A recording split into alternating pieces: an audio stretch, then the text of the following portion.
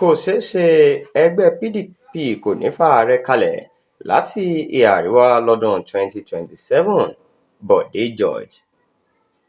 Igbákejì alága àpapọ̀ ẹgbẹ́ òṣèlú PDP lórílẹ̀-èdè yìí tẹ́lẹ̀, Olóyè Bọ̀dé George, ti sọ pé olùdíje fúnpò ààrẹ látinú ẹgbẹ́ náà fún ìdìbò àpapọ̀ ọdún 2027 kò ní wá láti ìhà àríwá. Ó ní ẹnikẹ́ni tó bá ń gbèrò irú ẹ̀ kan àwọn tí wọ́n dá ẹgbẹ́ PDP sílẹ̀ lábùkù ni. Bọ̀dé George sọ pé ìbànújẹ́ ni bí àwọn lókọ-lókọ nínú ẹgbẹ́ náà ṣe ń kúrò lọ sínú ẹgbẹ́ mìíràn báyìí. Ó sì fẹ̀sùn kan Ààrẹ Bọ́lá Tinubu pé òun ló ń fipá mú àwọn gómìnà PDP láti darapọ̀ mọ́ ẹgbẹ́ òṣèlú APC.